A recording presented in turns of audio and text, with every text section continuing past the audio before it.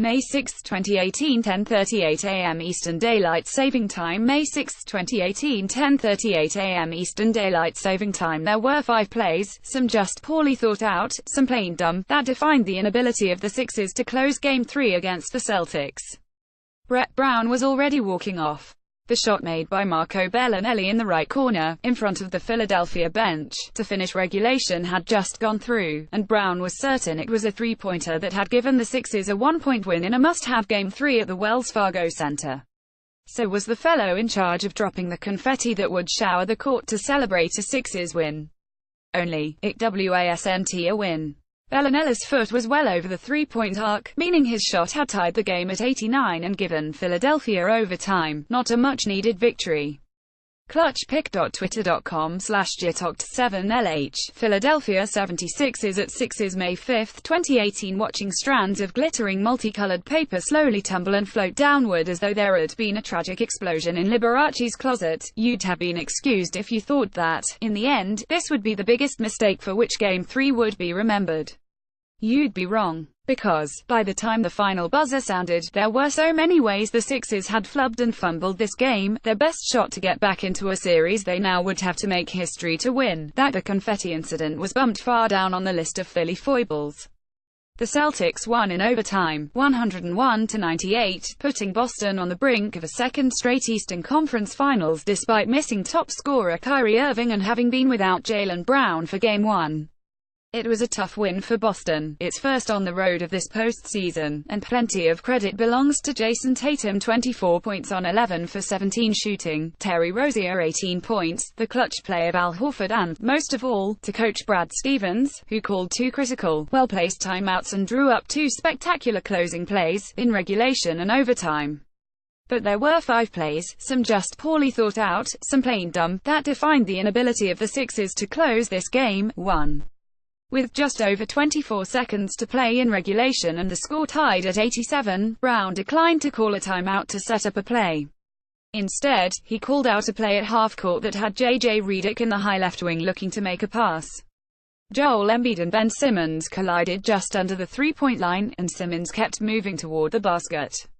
But Redick was just then dropping a bounce pass to Simmons out at the top of the key. Simmons was not looking for it, and it was headed up by Rozier, who fed Brown for a layup in an 89-87 lead. Rozier finds Brown on the break to take the lead with 1.7 to go. Pick.twitter.com/FXVCarhague, Boston Celtics at Celtics. May 5, 2018 2. The Sixers held a 98-96 lead with 52 seconds left in overtime and the Celtics struggling for offense. Embiid had the ball on the high left side, and Bellinelli came around for a handoff. But the ball was fumbled, and Embiid recovered. Still, after the recovery, he hurried a floater of a pass to Bellinelli. Rozier got a hand on it, recovered, drove down the floor and found Horford, who was fouled and made one of the 2 shots. Something that got lost in the TO's watch-off ball on the botched ATO handoff from Embiid to Bellinelli. Redick ends up with a good deal of space after Ilyasova levels Brown. Execute basic handoffs, and way less people are yelling about the coach. https://t.co/nm8skedkeypick.twitter.com/fuku8jn, Kyle Neubeck at Kyle Neubeck. May 6, 2018 3. With 20.8 seconds remaining in overtime, the Sixers had a 98-97 lead and the ball in Embiid's hands. Horford defended him well, forcing a fadeaway jumper out near the free throw line. The shot missed, but Simmons was able to reach for the rebound with 18 seconds to go, meaning the shot clock was off and the Sixers were ahead. Rather than pulling the ball out and forcing Boston to foul, Simmons went right back up with a 4-foot floater. It rimmed off, and Marcus Morris grabbed the rebound, ending the Sixers' chance to milk the clock. So close, but another loss for the 76ers. Ben Simmons maybe should have kept the ball, but in the heat of the moment, we don't always make the right play. Marco Bellinelli was wide open out on the three-point line and he could have held the ball waiting to be fouled. Pick.twitter.com/nafardens, Robert Keating at Robe Keating. May 6, 2018 4.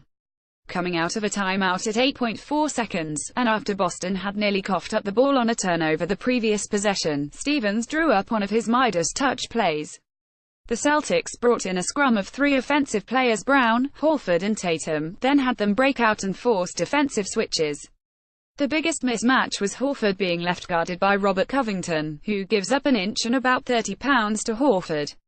Inbounder Marcus Morris found Horford with a lob pass, and Horford finished. This might not seem to be such a dumb play by the Sixers, except when you recognize that Boston had done much the same thing with 25 seconds in regulation, a play that had Brown draw a mismatch against Ezan Ilyasova out of a timeout. Tatum found him, and Brown finished to tie the game at 87.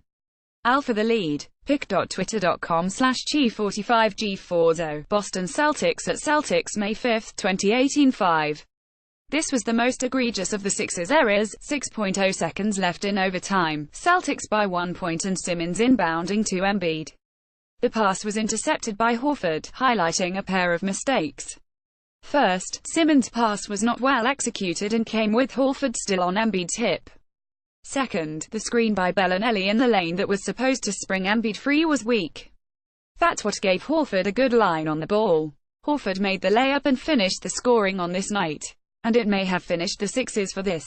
Without question, tonight's at JetBlue play of the game goes to Al Horford, who gets the go-ahead bucket in OT, steals it on the other end, and hits his free throws to seal the deal. pic.twitter.com/8claltane. Boston Celtics at Celtics May 6, 2018. After the game, Brett Brown said he was not going to lean on youth as an excuse for the way the Sixers failed to close out what should have been a win. There's no doubt that Simmons and Embiid were frequently central to the late-game miscues. But that has not defined this series. This isn't entirely a youthful thing at all, Brown said. Nobody writes that.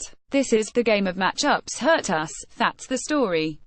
Not the youth. Hard to argue there, because there are core Celtics who are younger than the Sixers. Simmons, Embiid, Dario Saric trio.